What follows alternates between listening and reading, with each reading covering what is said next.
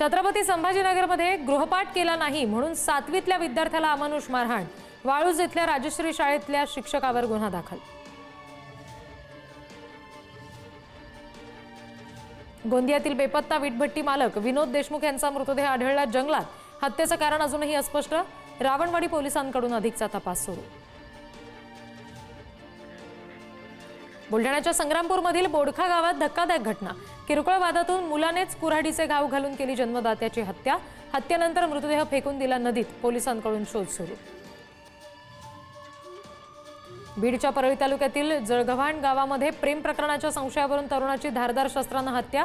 आरोपी विरुद्ध पोलीस स्टेशनमध्ये गुन्हा दाखल।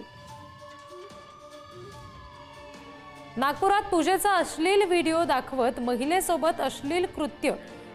भोंदू बाबावर गुन्हा दाखल। मी काळी जादू जाणतो म्हणून महिलेला पाठवला नग्न व्हिडिओ। सोलापूरच्या बार्शीतील येळंबमध्ये शेतकऱ्याचा सोयाबीन चोरणाऱ्या दोघांना बेड्या। पंचस निघाला गुन्ह्यातील आरोपी। 40,000 रुपये किमतीच्या सोयाबीनची केली होती चोरी।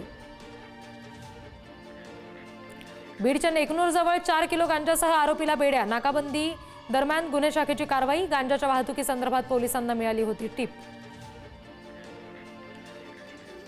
ठाण्यात कोट्यवधी रुपयांचा बनावट इनपुट क्रेडिट टॅक्स रॅकेटचा पर्दाफाश। ठाणे जीएसटी आणि केंद्रीय उत्पादन शुल्क विभागाच्या कारवाईत 47 कोटी 32 लाखांचा घोटाळा उघड।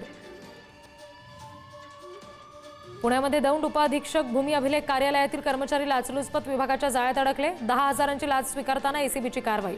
दौंड पोलीस ठाण्यात गुन्हा दाखल।